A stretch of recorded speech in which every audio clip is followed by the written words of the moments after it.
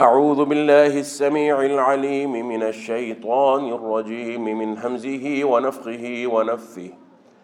بسم الله الرحمن الرحيم.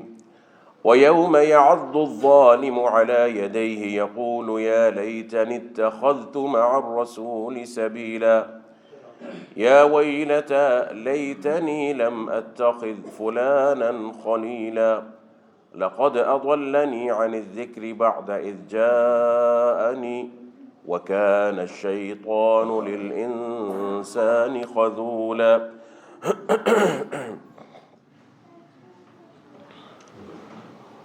سامعین کرام، اللہ رب العزت نے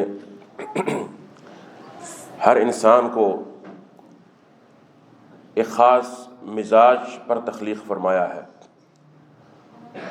اللہ رب العزت نے اس کو جسم کے ساتھ ساتھ روح دی ہے، اور زندگی روح کی بقا کا نام ہے اس دنیا میں۔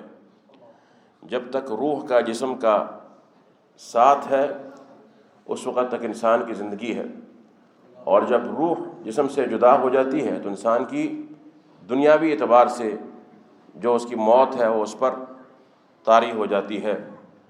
پھر اس کے بعد روح کا سفر جاری رہتا ہے یہاں تک کہ اللہ سبحانہ و تعالیٰ اس کو دوبارہ قیامت کے روز اٹھائیں گے اور اس کو اللہ کے سامنے پیش کیا جائے گا۔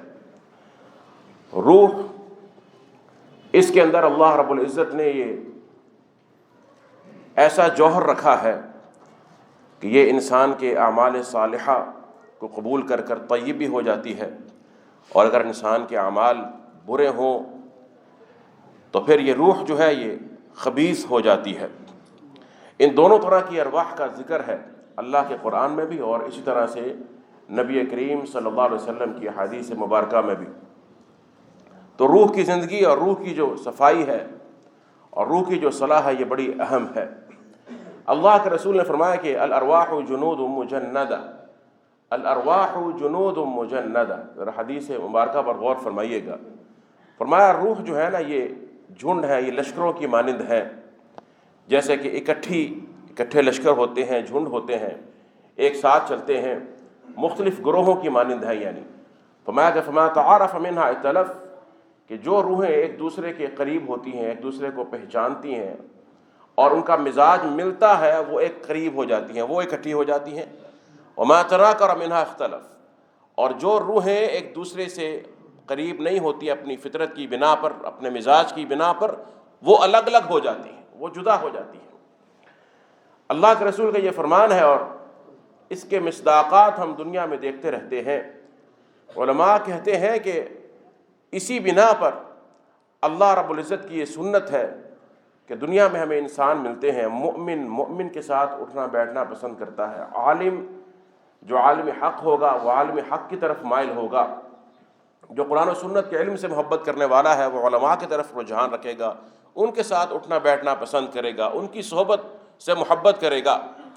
اور اسی طرح سے جو امانت دار ہے وہ امانت دار شخص کو پسند کرے گا، فاسق کی طرف مائل ہوگا، فاجر کو پسند کرے گا، زانی کی صحبت کو اختیار کرنا پسند کرے گا۔ الخبیثات للخبیثین والخبیثون للخبیثات والطیبات للطیبین والطیبون للطیبات۔ فرمایا کہ خبیث مردوں کے لیے خبیث عورتیں ہیں، خبیث عورتوں کے لیے خبیث مرد ہیں، اور پاک اور طیب مردوں کے لیے پاک اور طیب عورتیں ہیں، اور اسی کا عکس ہے۔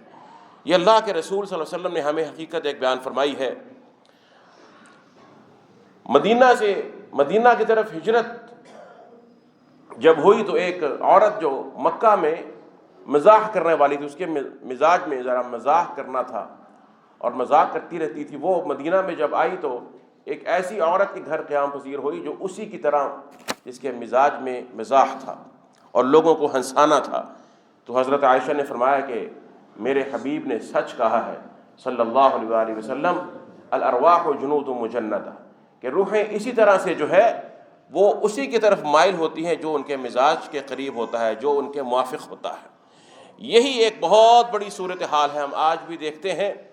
اس لیے علماء کہتے ہیں اس حدیث مبارکہ کی روشنی میں کہ جب انسان کو یہ محسوس ہو کہ اپنے مزاج کے اعتبار سے یا اپنی سوچ کے اعتبار سے وہ ایسے لوگوں کی طرف مائل ہو رہا ہے جو اللہ کے نافرمان ہے، یا کسی قسم کے فسق و فجور کا شکار ہے، یا ان کی اس فسق سے متاثر ہو رہا ہے، تو اس کو اپنی فطرت میں غور کرنا چاہیے، اس کو اپنی روح میں دوبارہ توجہ کرنی چاہیے کہ وہ کیا بات ہے، وہ کیا عنصر ہے جو مفقود ہو رہا ہے۔ اور اگر اسی طرح سے وہ صلحاء اور نیک لوگوں کی صحبت سے دور ہو رہا ہے، ان سے پیچھے ہٹ رہا ہے، تو اسے غور کرنا چاہیے کہ کیا وجہ ہے کہ مجھے اب ان کی صحبت اچھی نہیں لگتی ہے، میں ان سے اب بیزار رہنے لگا ہوں۔ اس کو اس کی وجہ اپنے اندر تلاش کرنی چاہیے، اس لیے کہ یہ معاملہ جو ہے یہ معمولی نہیں ہے۔ انسان ان سے ہے، انسان دوسروں کے بغیر رہ نہیں سکتا ہے، اس کو صحبت چاہیے ہوتی ہے، وہ اکیلا نہیں رہ سکتا ہے۔ اخو المونس کا مطلب یہی ہے کہ اس کو کوئی غم گسار چاہیے، اپنے جیسے انسان چاہیے، اور جب وہ اپنے جیسے انسانوں کو پا لیتا ہے، اگر تکلیف میں بھی ہو تو اس کی تکلیف ہلکی ہو جاتی ہے۔ وہ دیکھتا ہے کہ صرف میں اس تکلیف میں نہیں ہوں، بلکہ اور بھی میرے جیسے دوسرے بھی کئی لوگ ایسے ہیں جو اس تکلیف میں ہیں، وہ صبر کر رہے ہیں، مجھے بھی صبر کرنا چاہیے۔ اسی لیے فرمایا کہ والعصر ان الانسان لفی خسر الا الذین آمنوا وعملوا الصالحات وتواصوا بالحق وتواصوا بالصبر، کہ یہ باہم ایک دوسرے کو حق اور صبر کی نصیحت کرتے رہتے ہیں۔ یہ ایک دوسرے کو جو نصیحت کرنا ہے مسلمان کا، حق کی اور صبر کی، یہ ان کو مضبوط کر دیتا ہے، یہ ان کو حوصلہ دے دیتا ہے، یہ ان کو کھڑا کر دیتا ہے مشکلات میں اور شدائد میں۔ جب اور اس جیسے بھائی اور ان کی مثالیں اس کو نظر آتی ہیں تو پھر یہ مضبوط ہو جاتا ہے۔ اس کے لیے مشکلات کا مقابلہ کرنا، مصائب پر صبر کرنا آسان ہو جاتا ہے، اور اسی طرح سے یہ گمراہ بھی نہیں ہوتا، جیسے کہ اللہ کے رسول نے فرمایا کہ ید اللہ علی الجماع، اللہ کا ہاتھ جو ہے وہ جماعت پر ہوتا ہے۔ اختلاف جہاں ہوتا ہے، جہاں مسلمان اپنی جماعت سے الگ ہوتا ہے اور کسی اور طرف اور نظریے کی طرف اور دیگر اقوام کی طرف مائل ہوتا ہے، وہاں اس بکری کی مانند ہے جو اپنے ریوڑ سے الگ ہو جائے تو بھیڑیا اسے اچک لیتا ہے۔ یہ بات بہت خطرناک بات ہے۔ آج اس کی جتنی ضرورت ہے کہ مسلمان اپنے دین اور اپنی سوچ اور اپنے عقیدے کو بنیاد بنا کر اس جماعت کا ساتھ بن جائے، اس کا ساتھی بن جائے، اس میں شامل ہو جائے جس کا وہ اصل میں حصہ ہے، یہ اس کے ایمان اور دین کو محفوظ کرنے والی بات ہے۔ اس لیے فرمایا کہ اہدنا الصراط المستقیم صراط الذین انعمت علیہم، اللہ ان کے راستے پر چلانا جن پر تو نے انعام فرمایا ہے، اور انعام کن پر فرمایا ہے؟ مع الذین انعم اللہ علیہم من النبیین والصدیقین والشہداء والصالحین، وہ نبی ہیں، اللہ کے انبیاء ہیں، صدیقین ہیں، شہداء ہیں اور صلحاء ہیں، ان کا ساتھ اور ان کی جماعت کا حصہ بننا اللہ سے طلب کرنا۔ اور فرمایا کہ ربنا ہب لنا من ازواجنا وذریاتنا قرۃ اعین واجعلنا للمتقین اماما، اللہ مجھے امامت عطا فرما، لیکن متقین کی امامت عطا فرما، متقین کی جماعت کی امامت عطا فرما۔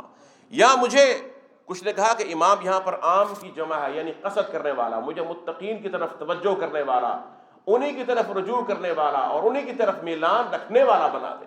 سبحان اللہ، یہ قرآن کریم کا سبق ہے، اور یہی اللہ کے رسول نے فرمایا کہ الرجل علی دین خلیلہ، کہ آدمی اپنے دوست کے دین پر ہوتا ہے۔ آدمی اپنے دوست کے، یہ انسان ہے، یہ ممکن نہیں ہے کہ وہ کہ نہیں جی میں تو ایسا کوئی اینٹ کا پتھر کا بنا ہوں کہ میں متاثر نہیں ہوتا، یہ صرف کہنے کی باتیں ہیں۔ آپ نے کسی انسان کو پہچاننا ہے تو اللہ کے رسول فرماتے ہیں کہ آدمی، اللہ کے رسول کی زبان مبارک الصادق المصدوق فرماتے ہیں کہ اپنے دوست کے دین پر، اس کے طریقے پر ہوتا ہے۔ فَلْيَنْظُرْ أَحَدُكُمْ مَنْ يُخَالِلْ، اس لیے تمہیں دیکھنا چاہیے کہ تم کس کو اپنا دوست بنا رہے ہو۔ A man is known by the company he keeps، یا اس طرح کے مختلف مقولے ہم سنتے رہتے ہیں کہ you are average of the 5 persons you hang out with، کہ تم ان 5 لوگوں کی اوسط ہوتے ہو جن کے ساتھ تم زیادہ اٹھتے بیٹھتے ہو۔ یعنی انسان کی جو ذہنیت ہے، اس کا جو مزاج ہے، اس کا جو انٹلیکچوئل لیول ہے، اس کو کیا چیز متعین کرتی ہے، کیا چیز اس کا ثبوت پیش کرتی ہے کہ اس کی صحبت کس طرح کے لوگوں کے ساتھ ہے، اس کا زیادہ اٹھنا بیٹھنا کن لوگوں کے ساتھ ہے۔ کاروبار کی بات نہیں ہو رہی، وہ تو کفار کے ساتھ بھی ہو سکتا ہے، یہود و نصارہ کے ساتھ بھی ہو سکتا ہے۔ انسان کی صحبت، جن کے ساتھ وہ انس محسوس کرتا ہے، جن کے ساتھ اپنا زیادہ وقت گزارنا پسند کرتا ہے، اور جن کی طرف وہ رغبت رکھتا ہے، ہر انسان کو غور کرنا چاہیے۔ علماء کے ساتھ بیٹھو گے، نیک لوگوں کے ساتھ بیٹھو گے، اللہ کے اولیاء کے ساتھ بیٹھو گے، اللہ کے رسول نے فرمایا کہ وہ انسان اللہ کو وہ محبوب ہیں، ایسے لوگ ہیں، فرمایا کہ جب تم ان کے چہرے کو دیکھو تو تمہیں اللہ یاد آ جائے، جب ان کے چہرے کو دیکھو تمہیں اللہ یاد آ جائے۔ یہ صرف یہ نہیں کہ چہرے پر کو ماتھے پر محراب بنایا ہوا ہے اور بہت بڑی پگڑی پہنی ہوئی، نہیں، ایسا نہیں ہے، بلکہ یہ جو چہرے پر نیکی کے آثار ظاہر ہوتے ہیں یہ ظاہری آثار کے محتاج نہیں ہیں۔ سیماہم فی وجوہہم من اثر السجود، اللہ نے قرآن کریم میں اپنے نبی کے صحابہ کی مثال بیان فرمائی اور فرمایا کہ یہ تورات اور انجیل میں بھی آپ کے ساتھیوں کی یہ صفات موجود ہیں کہ ان کے چہروں پر سجدوں کے آثار موجود ہوتے ہیں۔ سجدے کا اثر چہرے پر خشوع کی شکل میں اور اللہ کے اجلال اور اس کی تعظیم کی شکل میں ظاہر ہوتا ہے۔ جب کوئی شخص ان کو دیکھتا ہے تو پہچان لیتا ہے کہ یہ اللہ کا نیک بندہ ہے اور اس کی باتیں سننا وہ پسند کرتا ہے۔ حضرت عمر نے کہا تھا کہ تم اقتربوا من افواہ المطیعین، جو اللہ کے مطیع لوگ ہیں ان کے ذرا منہ کے قریب رہا کرو، اس لیے کہ انہیں اللہ حکمت عطا کرتا ہے۔ اور خود حضرت عمر کی یہ مثال صحابہ کرام کہتے ہیں کہ کانت السکینہ تنطق علی لسان عمر جب بات کیا کرتے تھے ہمیں ایسے محسوس ہوتا کہ سکینت ان کی زبان سے ٹپک رہی، بڑی سے بڑی مشکلوں میں مصائب میں ہمیں حوصلہ مل جاتا۔ سبحان اللہ، یہ اللہ کے اولیاء ہیں، یہ نہیں جو کرامتیں دکھانے والے ہیں، جو ہوا پہ اڑ کر دکھا دیں، سانپ پٹاری سے نکال کر دکھا دیں، یہ کرامت نہیں ہے۔ کرامت وہ ہے جو اللہ کے دین پر عمل کرنے والا ہے اور اس کے عمل کی برکت سے ایک امت اور ایک مخلوق فائدہ حاصل کرتی ہے اور زمین میں اللہ کا نور، علم کا نور یہ پھیل جاتا ہے۔ جیسا کہ فرمایا کہ وَجَعَلْنِي مُبَارَكًا أَيْنَمَا كُنْتُ وَأَوْصَانِي بِالصَّلَاةِ وَالزَّكَاةِ، تو اللہ کے رسول نے فرمایا کہ فَلْيَنْظُرْ أَحَدُكُمْ مَنْ يُخَالِلْ، تمہیں غور کرنا چاہیے کہ اپنا دوست کس کو بناتے ہو، اپنا قریبی کس کو ٹھہراتے ہو، کس سے محبت کرتے ہو، ہاں اپنی دعوتوں میں کس کو بلاتے ہو، اپنی خوشی کی تفریح کی مجالس میں کس کو دعوت دیتے ہو۔ فرمایا لا تصاحب الا مؤمنا، اگر دوستی رکھنی ہے، صحبت رکھنی ہے، صرف مؤمن سے رکھ۔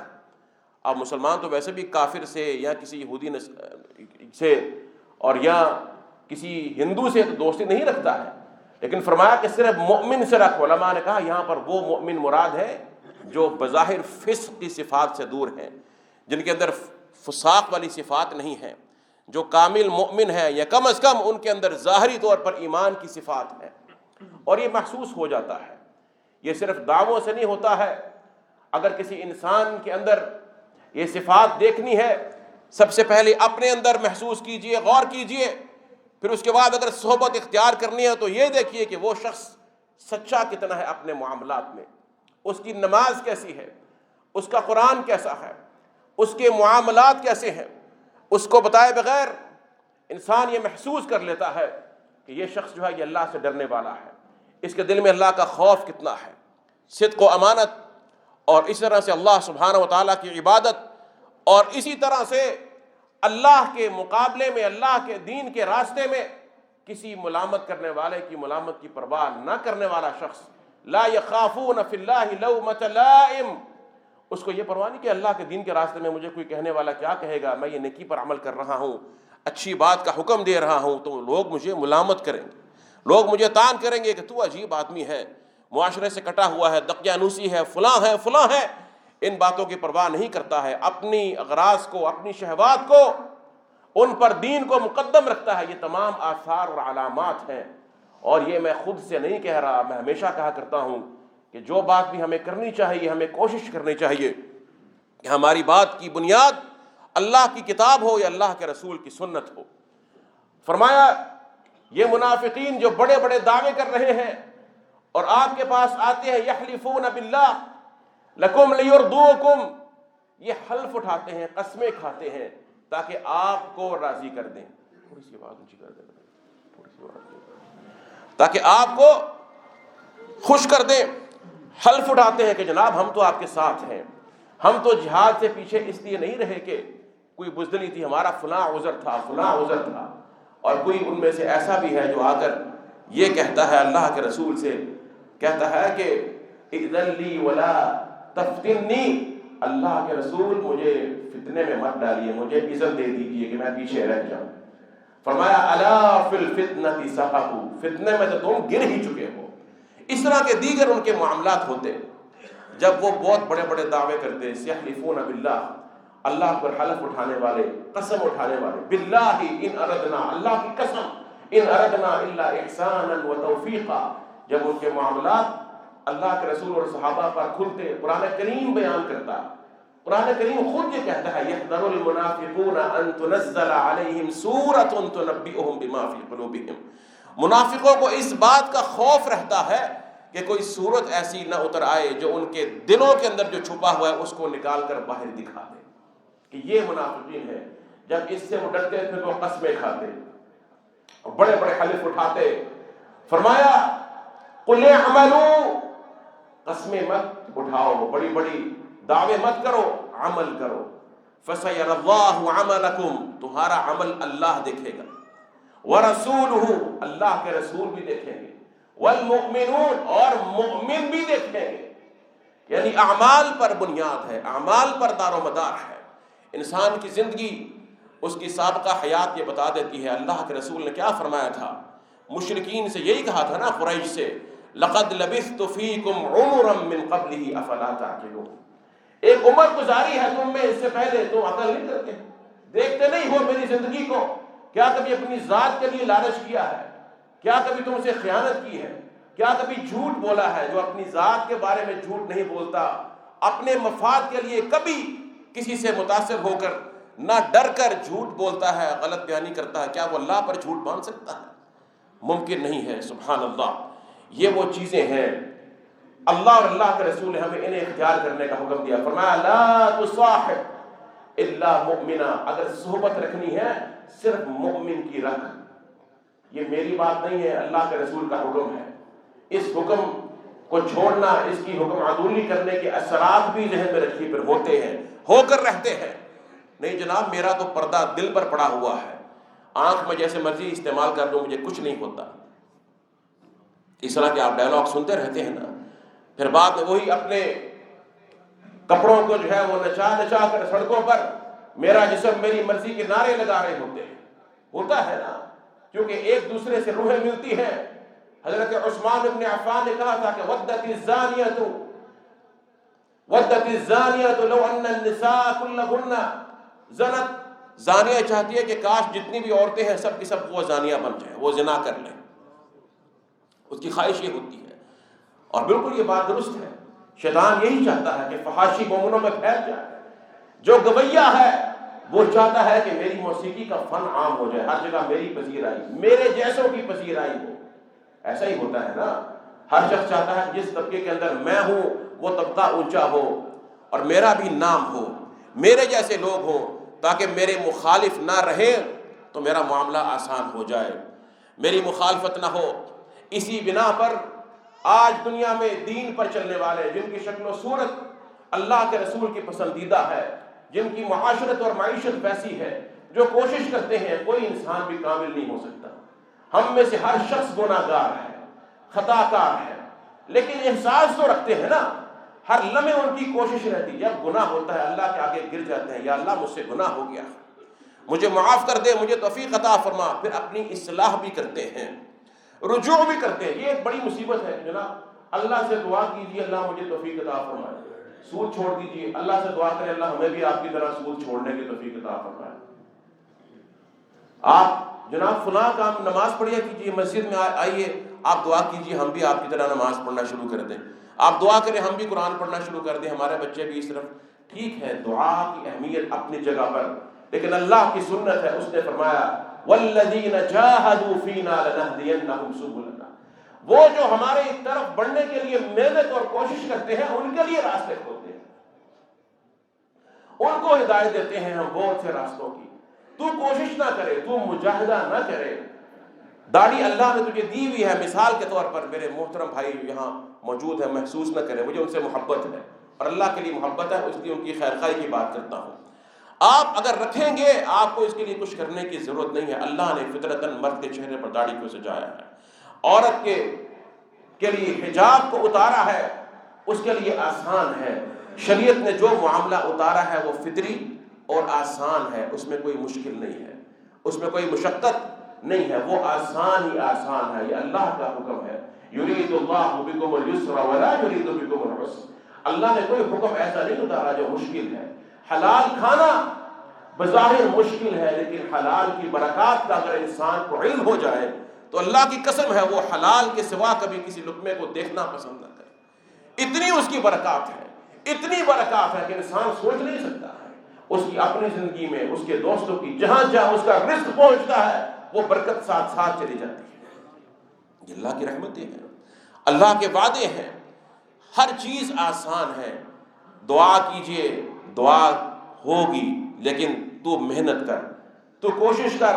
اگر تیری کوشش نہیں ہوگی توفیق نہیں ملے گی۔ اللہ نے تجھے اختیار دیا ہے، تو نے اپنے اختیار سے کوشش کرنی ہے پڑھنے کی۔ ہاں، جب کوشش کر لے پھر اپنی کوشش کو معیار نہ بنا۔ تیری کوشش کی کوئی حیثیت نہیں ہے، اصل حیثیت اس کی رحمت کی ہے۔ فرمایا کہ ان اتانی یمشی اتیتہ ہرولا، جو میری طرف ایک قدم چل کر آتا ہے میں دوڑ کر اس کی طرف جاتا ہوں۔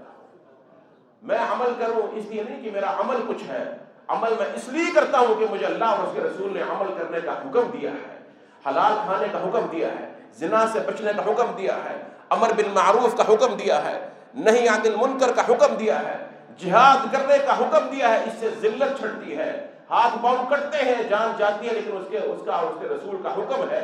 جب میں اس کے لیے ذرا سا آگے بڑھتا ہوں تو اللہ کی رحمت مجھے ڈھانپ لیتی ہے، پھر میرے لیے آسان ہو جاتا ہے، میرے عمل کی بنا پر نہیں، اس کی رحمت کی بنا، اس کی رحمت کی وجہ سے۔ یہ وہ خالص عقیدہ ہے جو ہر مسلمان کے اندر ہونا چاہیے۔ فرمایا لا تصاحب الا مؤمنا ولا یاکل طعامک الا تقی۔ اور دیکھ، اللہ کے رسول فرماتے ہیں تیرا کھانا، تیری دعوت کا کھانا صرف متقی شخص کھائے، جو متقی، اللہ سے ڈرنے والا ہو۔ علماء نے کہا کہ دو طرح کا کھانا ہے، ایک طعام الدعوہ ہے، انسان جو عام دعوت کرتا ہے، کسی کو بلاتا ہے اس کی طرف کہ آؤ کھانا کھاؤ، خاص اس کی دعوت ہوتی ہے، اپنے قریبی لوگوں کو بلاتا ہے، اپنے گھر والوں کو، اپنے عزیز و اقارب کو۔ فرمایا اس میں متقین کا انتخاب کرنا چاہیے، اس لیے کہ جو دوسرا کھانا ہے وہ تو سب کو کھلا سکتے ہیں، ایک کافر کو بھی کھانا کھلایا جا سکتا ہے احسان کرتے ہوئے کہ وہ اللہ کے دین کی طرف مائل ہو جائے، اس بنا پر کہ اس کے اندر رجوع کرنے کا احساس انسان کو نظر آتا ہو۔ فرمایا وَيُطْعِمُونَ الطَّعَامَ عَلَىٰ حُبِّهِ مِسْكِينًا وَيَتِيمًا وَأَسِيرًا۔ یہاں پر مسکین، یتیم اور قیدی کی بات ہے، قیدی کوئی بھی ہو سکتا ہے۔ احسان کرنا اس بنا پر کہ یہ اللہ کے دین کی طرف مائل ہو جائے گا، اس میں آثار نظر آتے ہیں۔ کھانا ایسا سب کو کھلایا جا سکتا ہے، لیکن فرمایا کہ لا یأکل طعامک الا تقی، جو تیری خاص دعوتیں ہوتی ہیں نا، تیری شادی اور نکاح کی، تیرے ولیمے ہوتے ہیں، دوست و احباب کی تیری جو گیدرنگز اور مجالس ہوتی ہیں، فرمایا دیکھنا، اللہ کے رسول نے فرمایا متقی کے علاوہ کوئی شخص نہ ہو، متقی کے علاوہ کوئی شخص نہ ہو، وہی لوگ ہوں جو اہل تقوی ہوں، اہل صلاح ہوں۔ یہ اللہ کے رسول کے فرامین ہیں۔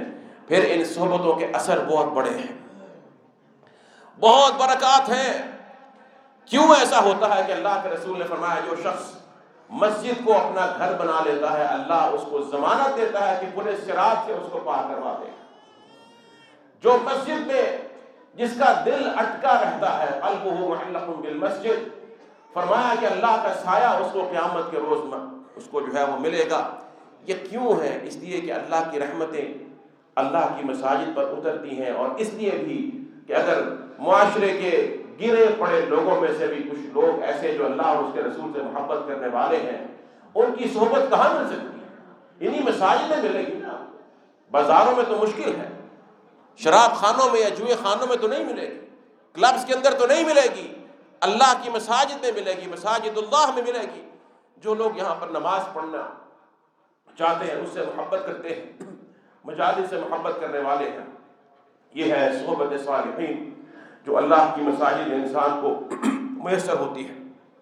فرمایا ولا یاکل طعامک الا تقی، اور اسی طرح سے یہ جو صحبت صالحین ہے اور ذاکرین ہے، اس کی برکات اللہ کے رسول نے فرمایا ان للہ ملائکۃ یطوفون فی الطرق، اللہ کے کچھ فرشتے ایسے ہیں جو راستوں میں پھرتے رہتے ہیں. یلتمسون الذکر، وہ تلاش کرتے ہیں کہ کہیں پر کوئی ایسی مجلس مل جائے جہاں پر اللہ کا ذکر ہوتا ہو. اس سے مراد وہ ذکر نہیں ہے کہ کپڑا ڈال کر بیٹھے ہوئے ہیں اور بس ہو کر رہے ہیں، یہ ذکر نہیں. کوئی بھی ایسا ذکر جس پر اللہ کے رسول کی مہر نہ ہو وہ اللہ کو مقبول نہیں. مسنون ذکر یعنی اللہ کو یاد کر رہے ہیں. ہم نے ذکر کو سمجھا ہوا ہے جو ہماری اصطلاح میں ذکر ہے، نہیں.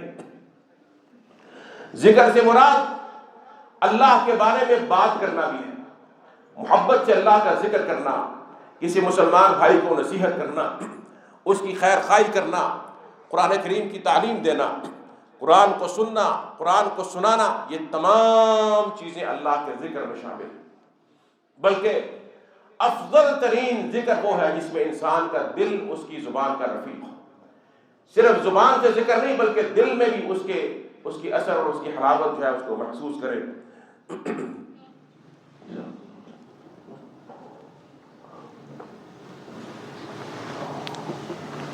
فرمایا اللہ کے ملائکہ ذکر کی مجالس کو تلاش کرتے ہیں، اور جب انہیں ایسی مجلس کو ملتی ہے جہاں پر اللہ کے بندے بیٹھے ہوئے ہیں، اللہ کو یاد کر رہے ہیں، اس کے بارے میں بات کر رہے ہیں، اس کی کتاب کی تعلیم دے رہے ہیں، اللہ کے رسول نے فرمایا، کہتے ہیں کہ آ جاؤ تمہارا مقصد حل ہو گیا ہے. فَيُحُفُّونَهُ بِأَجْنِحَتِهِمْ إِلَى السَّمَاءِ الدُّنْيَا. فرمایا پھر وہ اس مجلس کو، اہل مجلس کو اپنے پروں سے ڈھانپ لیتے ہیں یہاں تک کہ آسمان دنیا تک پہنچ جاتے ہیں. فَيَسْأَلُهُمْ رَبُّهُمْ، پھر ان کا رب ان سے پوچھتا ہے، وَهُوَ أَعْلَمُ مِنْهُمْ، جبکہ وہ ان سے زیادہ جانتا ہے، لیکن پوچھتا ہے اپنی حجت تمام کرنے کے لیے، پوچھتا ہے اپنی رحمت اور اپنے فضل کو ظاہر فرمانے کے لیے. کہتا ہے کہ یہ لوگ کیا کر رہے ہیں؟ وہ کہتے ہیں کہ اللہ یحمدونک ویکبرونک ویمجدونک ویسبحونک، اللہ تیری کبریائی بیان کر رہے ہیں، تیری تمجید کر رہے ہیں، تیری تسبیح کر رہے ہیں، تیری بڑائی بیان کر رہے ہیں. فرمایا کہ اللہ آگے سے کہتے ہیں کہ حل رأونی، کیا انہوں نے مجھے دیکھا؟ کہنے لگے لا واللہ یا رب، نہیں اللہ تجھے انہوں نے دیکھا تو نہیں، ہمارا رأوک. فکیف لو رأونی، میرے فرشتوں اگر مجھے دیکھ لیں پھر ان کی کیا کیفیت ہے؟ لکانوا اشد عبادۃ واکثر تمجیدا وتمحیدا، اللہ اگر تجھے دیکھ لیں پھر تو ان کی عبادت کئی گنا بڑھ جائے، پھر تو عجیب کیفیت ہو جائے ان کی تسبیح اور تمجید کی. فرمایا اچھا بتاؤ، ما یسألونی، مجھ سے کیا مانگ رہے ہیں؟ اللہم یسألونک الجنہ، اللہ تجھ سے جنت کا سوال کر رہے ہیں. اچھا انہوں نے کیا جنت کو دیکھا ہے؟ اللہ دیکھا تو نہیں ہے. فکیف لو رأوها، اگر دیکھ لے تو کیا کیفیت ہو؟ اللہ اگر دیکھ لے لکانوا اشد علیہا تحریصا واکثر لها طلبا واعظم منها فیہا ترغیبا. اللہ اگر وہ دیکھ لیں جنت کو تو پھر تو بے تحاشا ان کی اس میں رغبت ہو جائے، بے تحاشا حرص رکھنے لگیں، پھر تو اس سے بہت زیادہ آگے بڑھ جائیں اپنی عبادت میں، اپنی حرص میں. فرمایا اچھا یہ بتاؤ کس چیز سے، مما یتعوذون، کس شے سے پناہ طلب کر رہے ہیں؟ کہا اللہ وہ جہنم سے پناہ طلب کر رہے ہیں. کیا انہوں نے آگ کو دیکھا ہے؟ نہیں اللہ دیکھا نہیں ہے. اگر دیکھ لے تو کیا ہو؟ اللہ اگر دیکھ لے لکانوا اشد منہ فرارا، اللہ پھر تو بہت ہی دور بھاگ جائیں، پھر تو اور بھی زیادہ خوف کرنے لگیں، ڈرنے لگیں. فرمایا اچھا سنو، انی اشہدکم انی قد غفرت لہم، میں تمہیں گواہ بنا کر کہتا ہوں کہ میں نے ان سب کو معاف کر دیا، ان سب کو معاف کر دیا. ایک صحبت ذکر اور ایک صحبت مجلس، لیکن یہاں پر بات ختم نہیں ہوتی.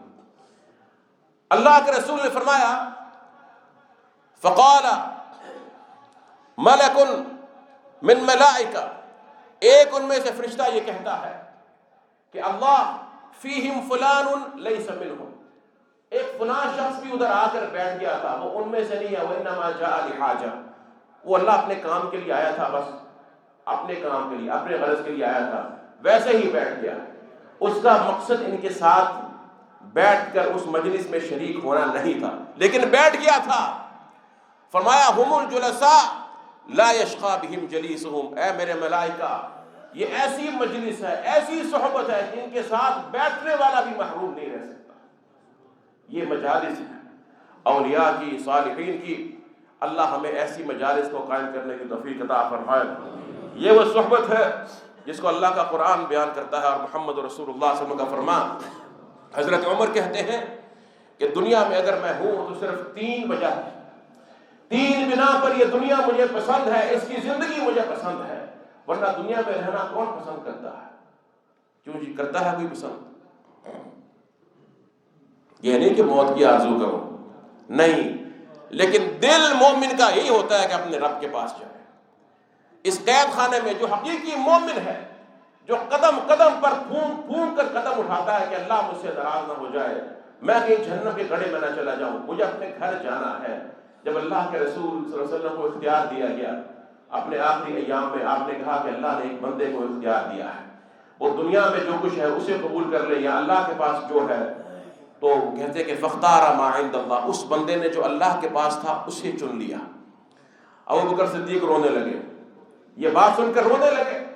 صحابہ کہنے لگے کہ ہم نے کہا یہ بابا جی بڑے عجیب ہیں، اللہ کے رسول نے کسی بندے کی بات کی ہے کہ اللہ نے اس کو اختیار دیا، اور اس نے دنیا کی بجائے آخرت میں جو اللہ کے پاس ہے اس کو اختیار کر لیا، اس میں رونے والی بات کون سی ہے؟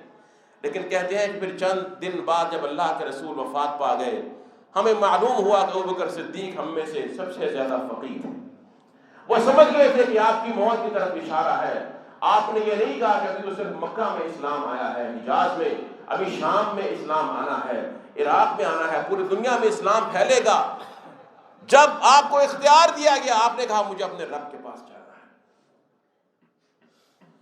اللہ سے ملاقات کرنا پسند کرتا ہے مومن مسلمان، یہ اس کی کل متاع ہے۔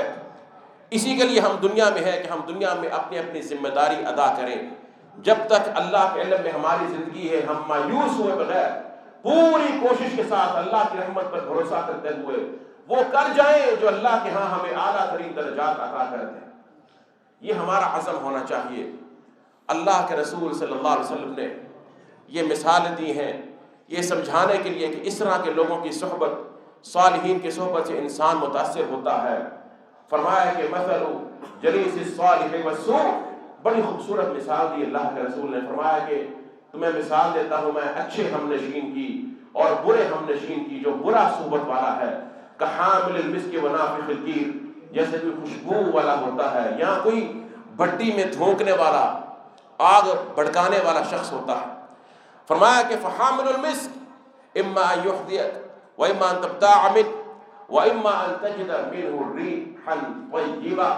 فرمایا کہ جو خوشبو والا ہے، عطار ہے، اگر تو اس کے پاس بیٹھے گا یا تجھے وہ تحفے میں کوئی شے دے دے گا، خوشبو ہوگی، یا تو اس سے خرید لے گا تو بھی خوشبو ہوگی، اور اگر دونوں میں سے کوئی بات نہیں ہوتی ہے تو کم از کم تجھے خوشبو تو آئے گی۔ تیرے کپڑوں سے، تیرے چہرے سے، خوشبو سے تو معطر ہوں گے نا وہ۔ اور فرمایا کہ وہ نافخ الکیر، اگر تو اس بھٹی دھونکنے والے کے پاس بیٹھے گا تو کیا ہوگا؟ اما ان یحرق ثیابک، یا تیرے کپڑوں کو جلا دے گا، اور یا اما ان تجد ریحا خبیثا، تو بدبو پائے گا، تیرے کپڑوں میں بدبو بھر جائے گی۔ بالکل یہ اللہ کے رسول نے جو مثال دی ہے، اسی طرح سے یہ مثال ایمان پر صادق آتی ہے۔ ثوب ولباس التقوی ذلک خیر، قرآن نے تقوی کو بھی لباس کہا ہے، کپڑا کہا ہے مسلمان کا۔ اور اللہ کے رسول نے ایک خواب کی تعبیر فرمائی، صحابہ نے خواب کی تعبیر دریافت کی۔ آپ نے خواب دیکھا کہ میں نے حضرت عمر کو دیکھا کہ ان کی جو قمیض تھی وہ اتنی لمبی ہے کہ وہ اس کو کھینچ رہے ہیں، زمین پر گھسیٹ کر چل رہے ہیں۔ فما اولتہ یا رسول اللہ، اللہ کے رسول آپ نے کیا تعبیر فرمائی؟ فرمایا یہ ایمان اور علم ہے، لباس۔ تو اگر ایسے شخص کے پاس بیٹھے گا جس کے اندر فسق و فجور ہے، وہ تیرے ایمان کو متاثر کرے گا، تیری سوچ کو متاثر کرے گا اور تیری صلاح کو ختم کرے گا۔ اور قرآن کریم کہتا ہے وَيَوْمَ يَعَضُّ الظَّالِمُ عَلَى يَدَيْهِ يَقُولُ يَا لَيْتَنِي اتَّخَذْتُ مَعَ الرَّسُولِ سَبِيلًا۔ قیامت کے روز جب ظالم اپنے دونوں ہاتھوں کو کاٹتا ہوا اللہ کے پاس آئے گا۔ دونوں ہاتھوں کو کاٹا کب جاتا ہے؟ جب شدید تکلیف ہو، جب شدید انسان کو حسرت اور مایوسی ہو۔ یقول، کہے گا یا لیتنی اتخذت مع الرسول سبیلا، کاش میں نے رسول کی راستہ اختیار کیا ہوتا، یا ویلتا، ہائے میری بربادی، لیتنی لم اتخذ فلانا خلیلا، کاش میں نے فلاں شخص کو اپنا دوست نہ بنایا، کاش میں نے فلاں شخص کو، اللہ نے فلاں کا لفظ استعمال فرمایا ہے تاکہ ہر شخص کا ہر دوست اس میں آ جائے، کسی خاص دوست کی بات نہیں ہے۔ فرمایا کہ الاخلاء یومئذ بعضهم لبعض عدو الا المتقین، قیامت کے روز گہرے ترین دوست ایک دوسرے کے دشمن ہوں گے سوائے ان کے جو متقین تھے، سوائے وہ جن کی دوستی تقوی کی بنیاد پر تھی، وہ قیامت کی دیواروں تک، جنت تک اللہ کی رحمت سے قائم رہے گی۔ لیکن جو دوستی دنیاوی مفادات کی بنا پر تھی، دین کو چھوڑ کر تھی، وہ دوستی دشمنی میں تبدیل ہو جائے گی، وہ دوستی قائم نہیں رہ سکتی ہے۔ اور اسی طرح سے مسلمانوں کو چھوڑ کر کفار سے محبت رکھنا، دلی قربت رکھنا، دعوت کا میدان الگ ہے، ان سے کاروبار کرنا، تجارت کرنا ایک الگ چیز ہے، لیکن دلی قربت رکھنا، فرمایا وَمَن يَتَوَلَّهُم مِّنكُمْ فَإِنَّهُ مِنْهُمْ، جو ان سے محبت رکھتا ہے، دلی قربت رکھتا ہے، وہ انہی میں سے ہے، اس کا تعلق انہی کے ساتھ ہے۔ فرمایا کہ یہ ظالم اپنی زبان سے اظہار کرے گا، کاش میں نے فلاں کو اپنا دوست نہ بنایا ہوتا۔ وقال الرسول، اور اس موقع پر ہمارے نبی کریم بھی اللہ کی دربار میں شکایت کریں گے۔ وقال الرسول یا رب، رسول اللہ کہیں گے اے میرے رب، ان قوم اتخذوا هذا القرآن مہجورا، اللہ میری قوم نے اس قرآن کو چھوڑ دیا تھا، میری قوم نے اس قرآن کو مہجور، چھوڑا ہوا بنا رکھا تھا۔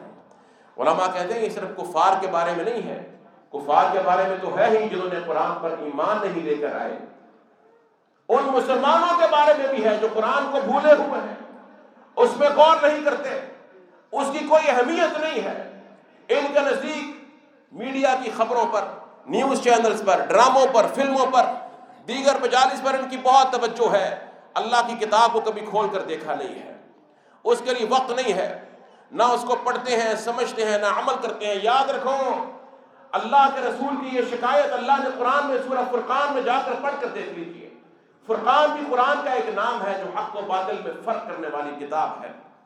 یہ اللہ کے رسول کی شکایت اس دربار میں ہونی ہے، ان قومی، بے شک میری یہ قوم، اتخذوا هذا القرآن مہجورا، انہوں نے قرآن کو چھوڑ دیا تھا، کہ کہیں ہمارے خلاف یہ شکایت نہ چلی جائے۔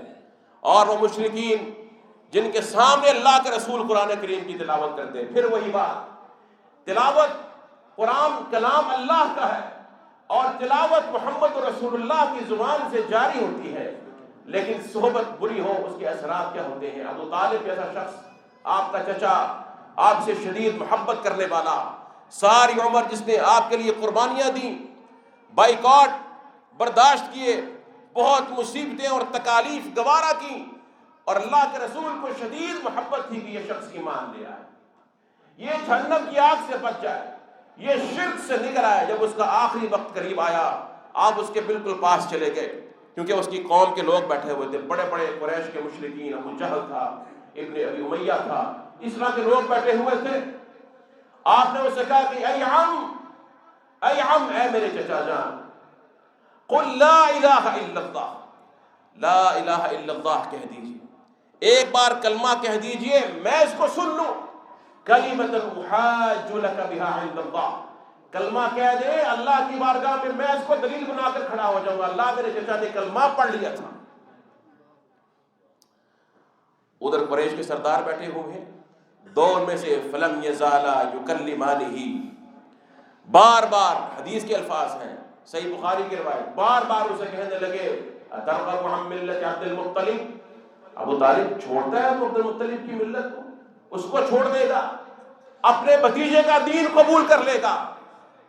مسلسل اسے کہنے لگے، یہ صحبت تھی ان کی، اتنا شخص جس کو دعوت دینے والے محمد رسول اللہ، خون کا رشتہ بھی ہے، آپ سے محبت بھی ہے، اس کی فطرت میں ایک زبردست داعیہ بھی موجود ہے کہ ایمان لے آئے، سب کچھ ہے، لیکن صحبت کا اثر دیکھیے، اس کو وہ عار دلاتے رہے، یہاں تک کہ وہ کہنے لگا لولا ان تعیرنی قریش یا ابن اخی، لأقررت به عینی، اے میرے بھتیجے اگر مجھے اپنی قوم کی طرف سے عار کا خوف نہ ہوتا میں کلمہ پڑھ لیتا، تیری آنکھوں کو ٹھنڈا کر دیتا۔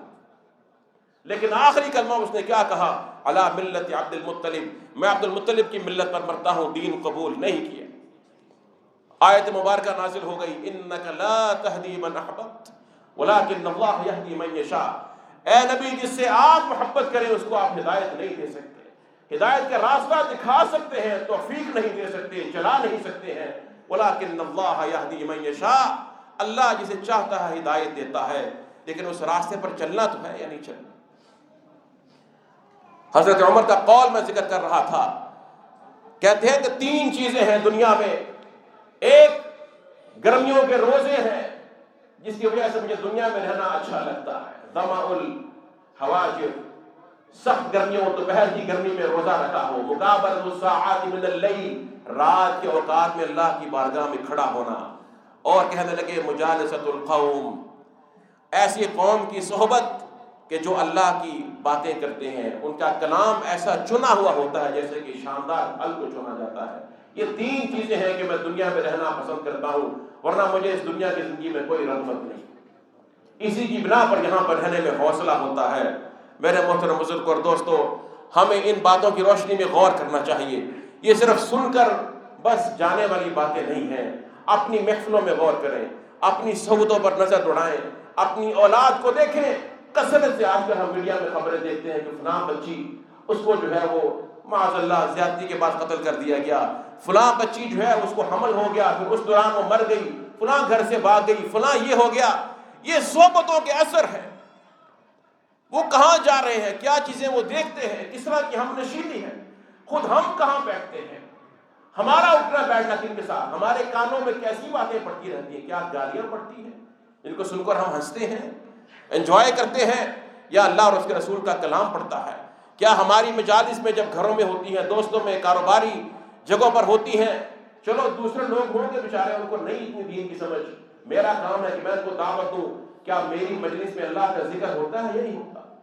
یا میں اٹھتا ہوں بغیر اللہ کا ذکر کیے ہوئے؟ اللہ کے رسول کا فرمان آخری سن لیجئے، فرمایا کہ ما جلس قوم مجلسا لم يذكروا الله فيه ولم يصلوا على نبيهم الا كان عليهم ترا، کوئی قوم جب کسی مجلس میں بیٹھتی ہے، کسی محفل میں بیٹھتی ہے، اگر وہ اس مجلس میں، غور سے سنیے گا، کوئی مجلس جب کچھ لوگ قائم کرتے ہیں، اگر وہ اس مجلس میں اللہ کا ذکر نہ کرے بالکل، اور اللہ کے نبی پر درود نہ بھیجے بالکل، نہ اللہ کا ذکر کیا، نہ کسی پہلو سے اللہ کے نبی پر درود بھیجا، نہ اٹھتے ہوئے مجلس کی دعا ہی پڑھی، سبحانک اللہم وبحمدک اشہد ان لا الہ الا انت استغفرک واتوب الیک، فرمایا قیامت کے روز ان کے لیے حسرت اور ندامت کا باعث ہوگی یہ مجلس، اور یہ مجلس یہ ایسے ہی نہیں کہ یہ چھوڑ دی جائے گی، فرمایا انشاء عذبہم، اللہ چاہے تو اس مجلس پر ان کو عذاب دے دے اہل مجلس کو، وانشاء غفر لہم، اگر چاہے تو ان کو معاف کر دے۔ تو آئیے ہم مجھ سمیت سب سے پہلے میں خود اپنے اپنے گریبان میں جھانکے اور دیکھیں کہ ہماری مجالس کیا ہیں، اور ہم کس طرح کی مجالس کو، صحبت کو پسند کرتے ہیں۔ ایک وقت تھا جب ہمارے علماء محدثین کے پاس ان کی مجالس میں کثرت سے لوگ آیا کرتے تھے، پڑھنے والے چند ہوتے تھے لیکن سننے والے، بیٹھنے والے ہزاروں ہوتے تھے۔ لوگ اپنے بچوں کو علماء، مفسرین، محدثین کی صحبت میں اس لیے بھیجتے کہ یہ دین کا ادب سیکھ لیں، دین کا ادب سیکھ لیں، نہ یہ کہ فنکاروں، اداکاراؤں اور اس قسم کے جو مغرب تہذیب سے لٹھڑے ہوئے جو لوگ ہیں، جو مساجد کی حرمت کی پرواہ نہیں کرتے اور وہاں پر بھی ناچ گانا کرتے ہیں، فخر سے بیٹھتے ہیں، یہ بیچارے، ان پر ترس کھانا چاہیے۔ علماء نے کہا ہے کہ جب آپ کسی معذور کو دیکھتے ہیں، جسمانی معذور ہو، تو اللہ کے رسول نے دعا سکھائی ہے، دعا یاد ہے نا آپ کو، الحمدللہ الذی عافانی مما ابتلاک بہ وفضلنی علی کثیر ممن خلق تفضیلا۔ پھر اللہ انسان کو اس بیماری میں مبتلا نہیں کرتا۔ اس میں عام لفظ، بیماری کی صرف بات نہیں ہے، جب کسی کو کسی مصیبت میں، کسی ایسی بلا میں دیکھیں کہ اس طرح کے لوگ جو دین کا مذاق اڑا کر خوش ہوتے ہیں، یہ بیچارے ان سے بڑے معذور ہیں، ان کو دیکھ کر عافیت کی دعا پڑھنی چاہیے، ان کے لیے بھی دعا کریں کہ اللہ ان کو ہدایت دے، اور اگر ہدایت نہیں تو ان کے وجود سے، ان کے شر سے زمین کو پاک کرے، لیکن یہ ہے کہ ان کو دیکھ کر دعا بھی پڑھنی چاہیے کہ اللہ ہمیں ایسے شر سے محفوظ فرمائے۔ یہ بہت بڑا عذاب ہے اللہ کا، معمولی عذاب نہیں ہے کہ انسان شاعر اللہ کا مذاق اڑائے، اس کے نزدیک کسی کو حیثیت نہ ہو۔ یہ تمام اثرات تب ہے جب انسان کی صحبت ایسی ہو، ایسے لوگوں کی آوازیں، ان کی باتیں ہوں۔ اللہ ہم سب کو اس سے محفوظ فرمائے۔ وآخر دعوانا الحمدللہ۔